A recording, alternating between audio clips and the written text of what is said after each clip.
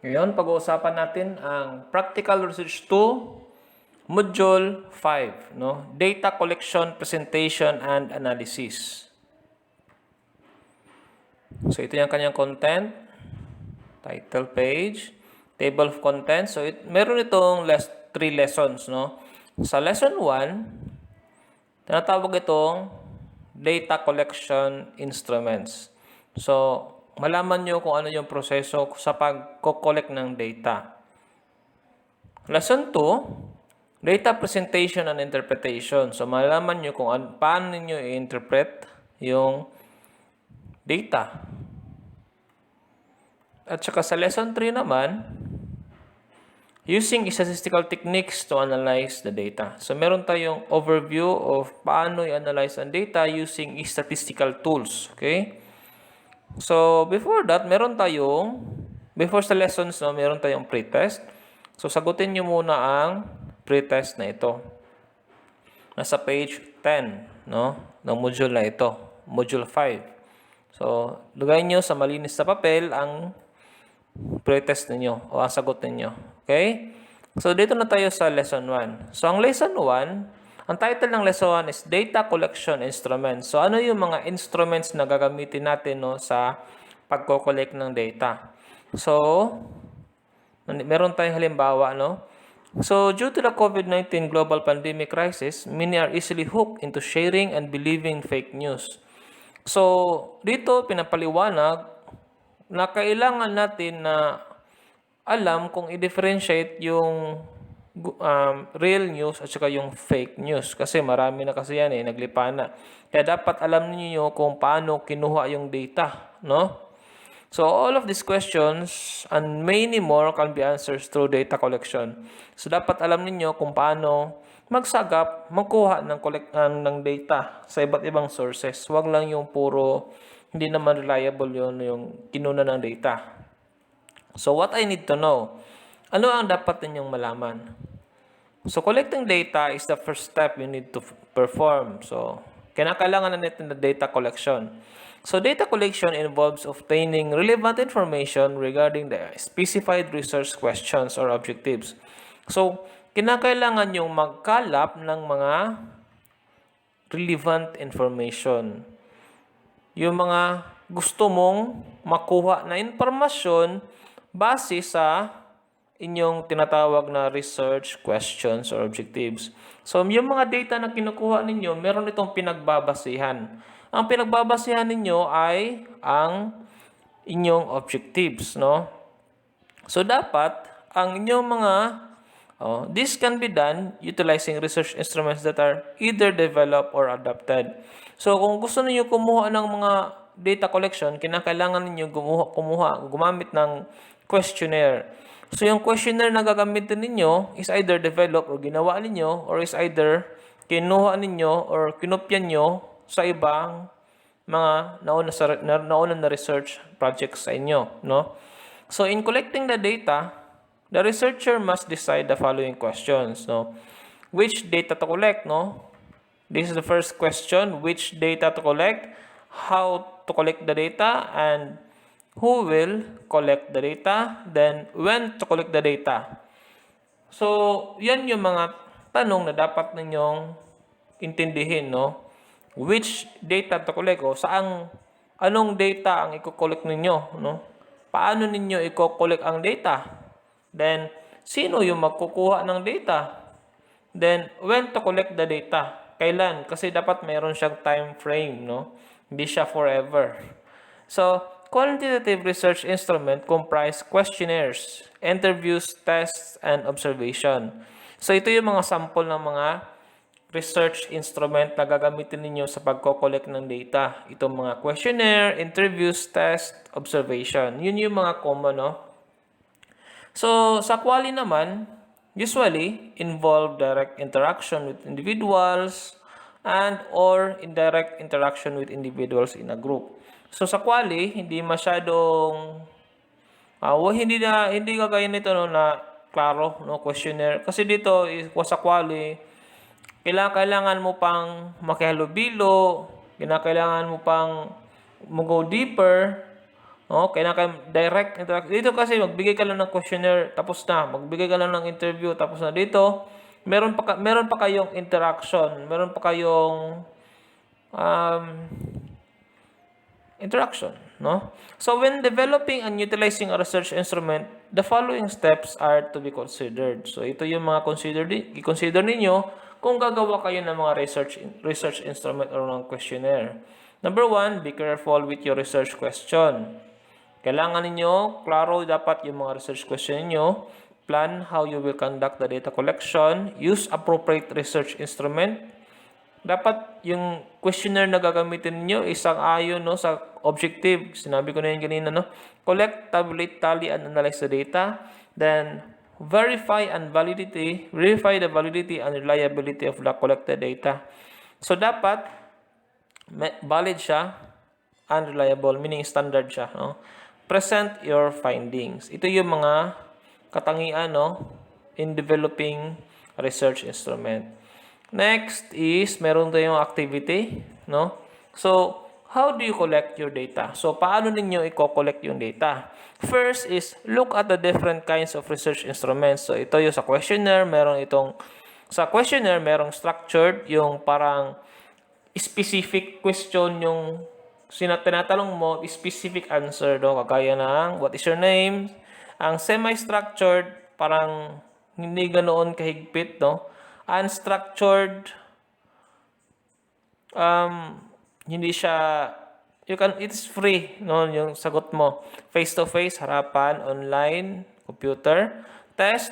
So, ito yung mga method, no? Test, standardized, non-standardized, hanggang dito, interviews and observation. Ito yung mga paraan kung paano kayo mag-collect ng data. Gamit ito. Is either maggawa kayo ng questionnaire na gamit ang structured interview or structured questionnaire. Then, test, meron tayong standardized. Standardized yung valid at saka reliable. Non-standardized, probably yung ginawa mo lang na feeling mo ay tama at naayon sa iyong objective. Then recall questions, recognition questions, open-ended questions, face-to-face and online. Yan yung mga test, sample ng mga pag-conduct ng test. Meron din tayong interview, face-to-face, phone, video, then observation, control, natural, and participant. So, check all seem helpful in answering your research. So, alam ko meron na kayong research. So, siguro, mag-isip-isip na kayo kung ano yung gagamitin nyo dito sa paano mag-collect ng data. Okay? So, what is it? No? Meron tayong una kanina. Questionnaire. So, a questionnaire consists of a series of questions about a research topic to gather data from the participants. So, ito yung questionnaire, series of questions. May mga tanong, kagaya ng, what is your name? Your address, no? So, yung pinifill up ninyo sa school ninyo pag mag-i-enroll kayo, questionnaire yan, no? Questionnaire. Consist of questions. Kung mag-open kayo ng bank account sa bangko, no? Merong ibibigay na form at yung form na yon consist of questions. Ang tinatawag yon questionnaire. Yon example ng questionnaire, research instrument na questionnaire. Okay? So, in quantitative research, questionnaire use the following approaches. So, scale, meron siyang scale, meron siyang conversion. Yung scale, merong parang good, bad, good, not good, bad, and very bad. Parang ganyan, no? Strongly agree, meron parang ganito, conversion. Okay, sa mga questionnaire, kadalasan, no? Yung kagaya na ngayon na kung may sakit ka ba, lagay mo dyan sa questionnaire na yan. Then, there are three structures of making a questionnaire. First is structured, second is unstructured, and the third is semi-structured. So, first is structured. Yung sinabi ko kanina, what is your name, your age, your email address, your phone number, that is structured, meaning meron kang specific question with a specific answer. Okay? Unstructured, meaning any question you can ask about his opinion about something or his For example, tanungin mo yung perception nila about kay President Duterte, si good or bad, 0 to 10. No? That is unstructured, no? Or you can ask any question na hindi specific, yung they can tell whatever they want, no? Based on their, I think, objective thinking. The next is semi-structured, meaning combination na ng structured at saka ng unstructured. Meaning you can ask the name and you can also ask the opinion or the understanding of the person. Meron tayong advantage and disadvantage. Advantage using questionnaire. Ito yung mga advantage na data can be quickly gathered. So, ito. Then, the participants are encouraged to be open to the researchers. Okay. Disadvantage naman niya, the questions can be interpreted differently by the participants. So, sabihin niya na, very good, pero ibig pala sabihin niya, hindi pala good, no? Then, some participants will not complete the required responses kasi nagmamadali. Kadalasan yung problema, magbigay ka ng questionnaire tapos hindi fill up, hindi binigibigyan ng pansin talaga o ng oras. Then some questionnaires will not be returned on time. Then some questionnaires will be lost and the answers from the participant may lack depth. Ito yung mga katangian ng mga disadvantage ng quanti. No? Then guidelines in using a questionnaires for data collection. Ito yung mga guidelines in using a questionnaire for data collection. First, if choosing the method of administering a questionnaire, so i-determine mo muna kung ano yung gagamitin mo. Kung ano yung method of administering a questionnaire. Ano yung gagamitin mo? Face-to-face ka ba? Online ka ba? Structured, semi? So, mag-choose ka kung ano yung gusto mo. Then, divide the questionnaire into 3 steps. No? First is personal information. So, maybe this is structured questions, main section, the list of specific questions, or indicators. So, unstructured, then a semi-structured, then this can be since open-ended, it is unstructured na. Then, make sure to craft questions and choices that are aligned with specific research. Dapat valid to, no? Provide specific and clear directions. Klaro dapat yung instruction. Use routing. Dapat madali lang yung pag-administer mo ng test. Begin with the general questions first, allow the specific ones. Dapat general questions muna, no, bago yung mga specific ones. Then prefer to have a brief, clear, and concise question. Then predetermined responses or choices should match the nature of the questions. So, dapat valid pa rin siya, no? Number 9, avoid negative statements. Bawal maglagay ng mga negative statements. 10, avoid leading and biased, double-barreled, and very sensitive questions. Do not split the questions or choices over 2 pages. Huwag niyong ihiwalay yung mga questions kagaya nito, no? Hiwalay sila, 11, tapos ang sagot ng number 11, A, dito, B, huwag niyong ihiwalay.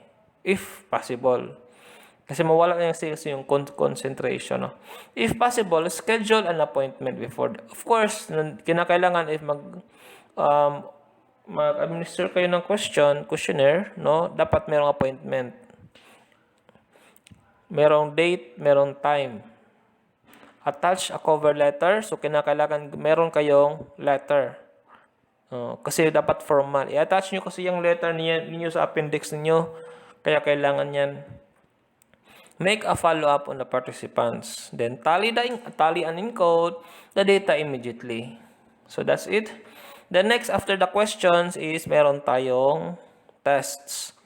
So, ang test, meron tayong, meaning ng test, no, are used for assessing various skills and types of behavior as well as for describing some characteristics. Ito yung definition ng test, no, to determine or to assess various skills and the type of behavior as well as describing some characteristic. Ito yung definition ng test. So, meron tayong standardized and non-standardized test. In standardized test, ginagamitan ito ng scored uniformly across different areas in the group. So, it usually administered by institutions to assist a wide range of groups such as students, test takers. So, kagaya ng sa mga bar exam, board exam, standardized test ang gamit niyan. Kasi ginagamitan niyan, ito, mayroong achievement test, university entrance exam. Yan ay tinatawag na standardized test. Okay? Kasi ito valid at saka reliable at the same time ginagamitan na to siya ng mga statistical tools, no, para maging standard. The standardized test may not be scored uniformly, so it is administered to a certain set of people.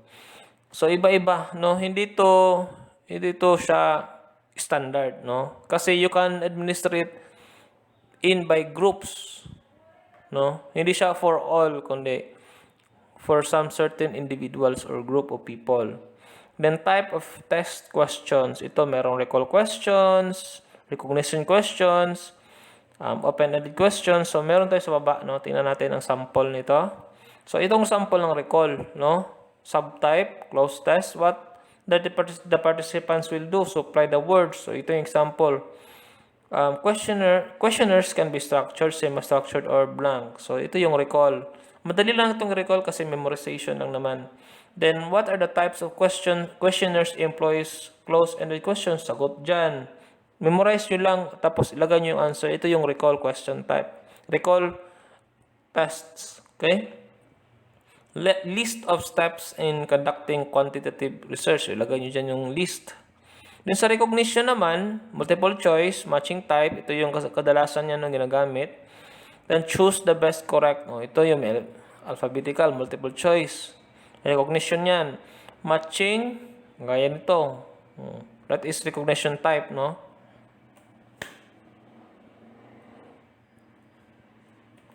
Then meron na tayong dichotomous.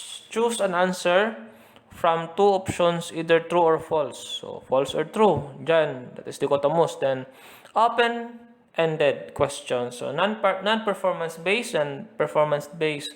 Meron tayong, gumagamit tayo ng rubric, no, pag ganito. So, explain the process of obtaining sample size of from the population. So, explanation. So, basta explanation, open-ended yan. Then, present a role play about, ganyan, present a role you perform, that is an open-ended. Okay? That is performance-based. So, sa interview naman, so a quantitative interview is a method of collecting data about an individual's behavior, opinions, values, emotions, and demographic characteristics using numerical data. So, ito yung sa interview, kaibahan ng quanti at saka ng quali. Then, ito naman, quanti at saka quali. So, you just differentiate, no, the two types of interviews. Then, observation is another method of collecting data that is frequently used in qualitative research. Then, however, it can be used in quantitative research when the observable characteristics are quantitative in nature. So, example, length, height, weight, volume. So, those, cost level. So, kung mag-observe ka kung ano yung binibili nila sa tindahan, yung kadalasang binibili, mag-observe ka sa labas ng tindahan. So, tingnan mo kung ano yung binibili nila at i-count mo yun o tingnan mo yun. That is still an observation. Tinitingnan mo kung ilan, ano, sino, kailan, yan. Okay? Then, forms of observation, merong control, merong natural, at saka merong participant. Participant meaning, nakikihalubilo ka, nandun ka talaga sa pangyayari. Natural observation, tinitingnan mo kung ano yung natural na responses nila. Hindi mo sila kinokontrol, kundi tinitingnan mo sa malayo yung ginagawa nila.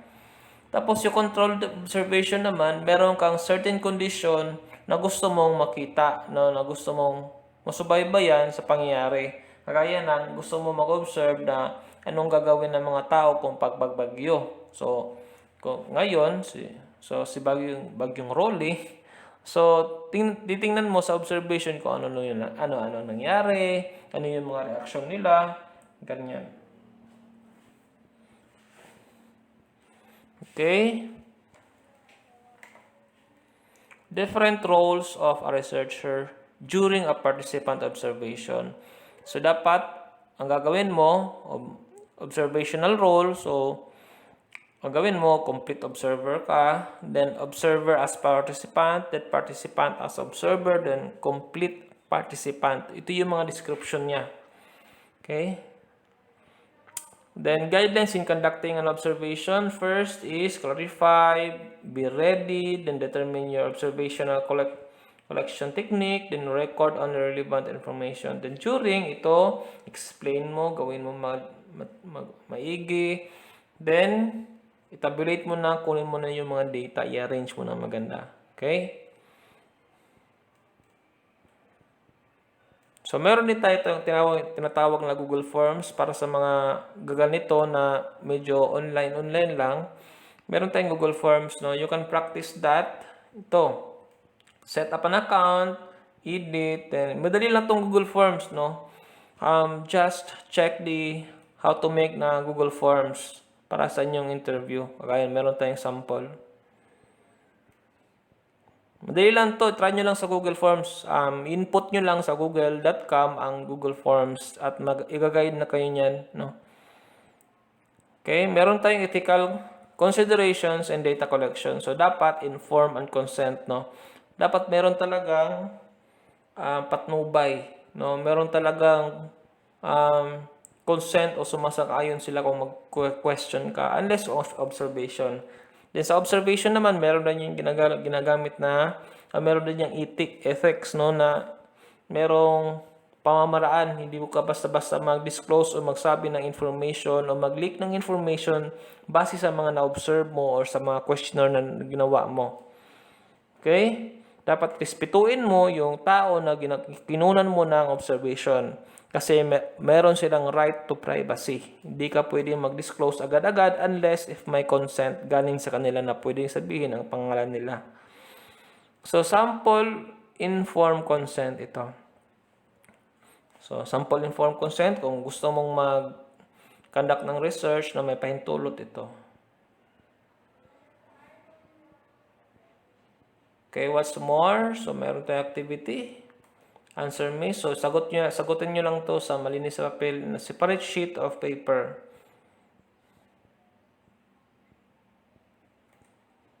Okay, lesson 2, data presentation and interpretation. So, what's in, no? In the previous lesson, you were presented with options as to how you will gather your data. So, once the data are collected, you need to encode and organize them to systematic purposes. So, this will be focus of this lesson. In this lesson, you will need to edit, code, tabulate, and summarize information through graphics, tablets for presentation. So, malaman nyo kung paano mag-arrange, mag-describe, mag-tabulate ng data. So, data presentation and analysis is one of the most essential part in your research. Dapat maganda ang presentation. Sa isang iglap, sa isang tingin lang ng yung table, malaman kung ano ang sales ng yung business, ano yung research mo, sa isang tingin lang ng table lang yung pine-present. Okay? So, what I need to know? So, dapat malaman nyo kung paano mag-encode, magamit ng data, then present the result in tabular, then write interpretation, support your findings, and edit the grammatical and typographical errors. Then submit your work. So, first, the technique in data processing, ito. First is i-edit mo. Tapos, next is i-code mo. Ang coding is yung after edit, no, i-edit mo yung mga sinabi nila, edit mo yung sinulat mo, tapos tingnan mo kung may mga mali. At sa coding naman, tingnan mo kung ano yung mga repeated words na sinasabi nila. Yun yung magiging code mo, kung saan ito yung magiging guide mo sa output or feedback ng iyong research. Okay? Gaya nito, meron tayong mga words, no? Sleepy, tired, bored. So, ang pagko-code nyo dyan, meaning, students lack motivation. So, ito yung mga sagot nila. So, kadalasan, no, na mga sagot ng mga sagot ng mga respondents mo or tinanong mo, ito yung mga sagot nila. So, kinocode mo na. So, assign values, 1, sleepy, tired, 2, bored, 3. Ginagawan mo na ng code na si sleepy, 1, tired, 2, bored, 3. Okay?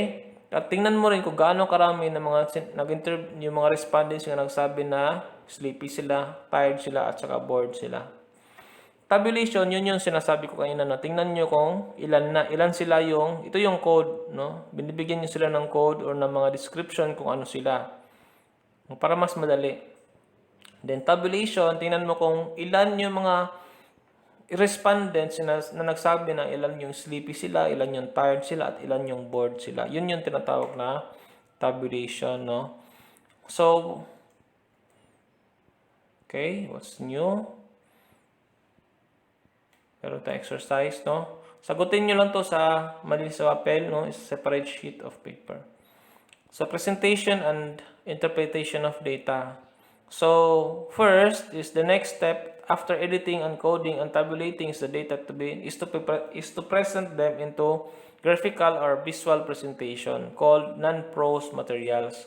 So, kinakailangan nyo talagang gamitin yung tinatawag natin na mga charts, mga tables, mga bars, mga graphs para mas madaling makita, mas madaling intindihin ng mga reader.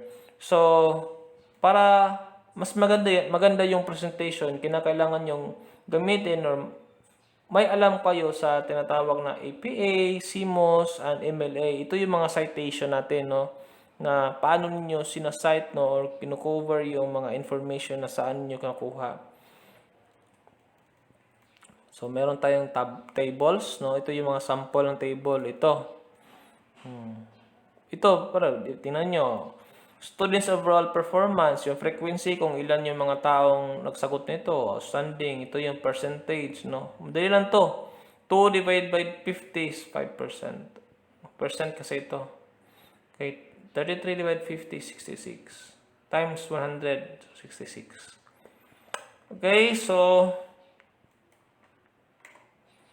think ito yung continuation, then sample 2 sa table, madali lang intindihin. So significant siya.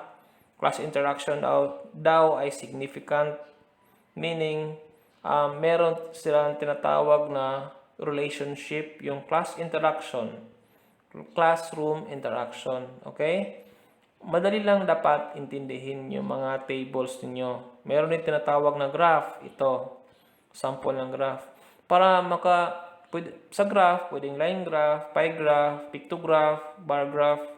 So, ito madali lang intindihin. Kadalasan ginagamit ito sa sales inventory para makita kung ilan ng mga tao na nagsabi nito o ilan yung income ng kumpanya nila in a certain period of time.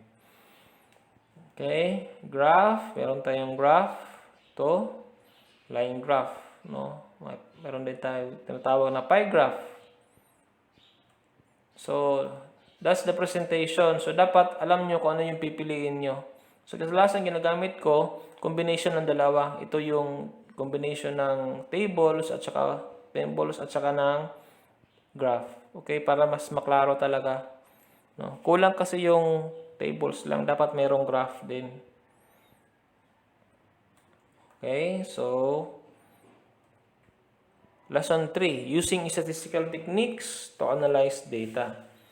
So, ano yung mga statistical techniques na alam nyo, no? Kasi yung statistical techniques, ito yung gagamitin niyo para formulate ng mga sagot o ng mga responses or mga relationship, no? Ng mga respondents mo. So, what I need to know, ito yung mga kadalasan ginagamit, no? Meron tayong percentage, basic lang, mean, standard deviation, correlation and regression hypothesis testing. So, ito yung tatlong to ay medyo malalim na, no?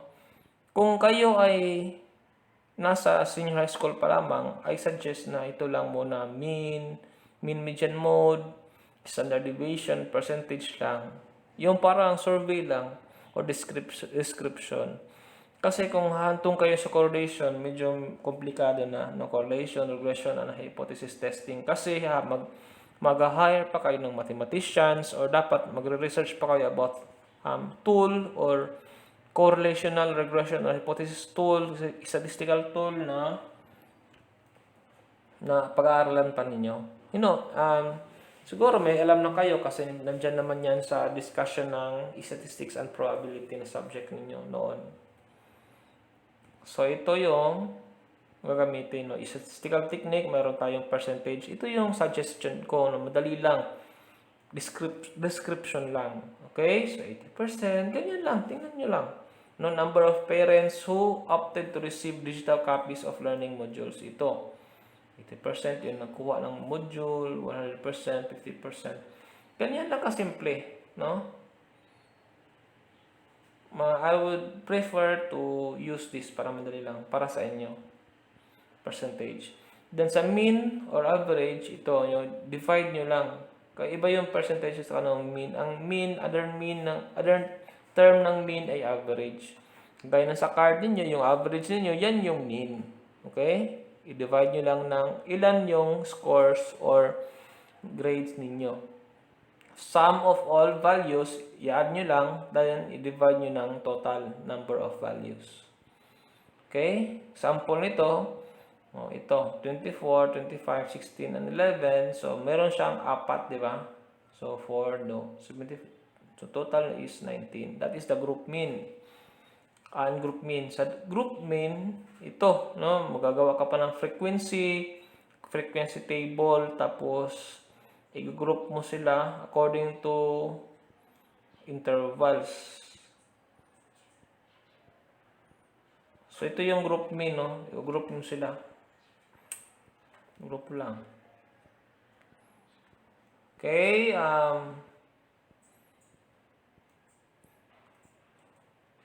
sana yun. Standardized deviation. Ito, standardized deviation. Para makita kung gaano ka spread o kalawak ng responses ninyo. So, SD or standard deviation. So, okay lang din ito. Kasi, basic lang, no? Kaya nyo rin ito. Then, by the way, hindi na ito i-discuss itong correlational, yung mga mathematics dito. Kasi hindi ito matagal to kung i-discuss pa natin. It's another separate video. Okay? Then, this video is just for the overview of this module. Then, correlation analysis. So, ito, mathematics din. I think, di-discuss na ninyo yan. Regression analysis. Yun yung mga gagamitin ninyo, mga tools, statistical tools. So, sa paggagawa ninyo ng research. Para hindi kayo mahirapan, punta na lang kayo sa mathematician, then, yun na, doon kayo magpatulong. Kasi at the end of the day, if sa defense ninyo, tatanungin kayo kung paano ninyo sinolve or data analyze yung data. Anong ginagamit nyo at paano ninyo ito ni-solve, no? So, mas mabuting sabihin na lang kayo na meron kayong na-hire na isang mathematics teacher or isang mathematician para madali na lang. Okay? Ito yung summary at assessment. Ito yung post-test, no? So, I think that's it for this module 5. This is just an overview. You go deeper, so much better. So, this is the answer key. So, I think that's all. Thank you for listening and comment if you have some questions.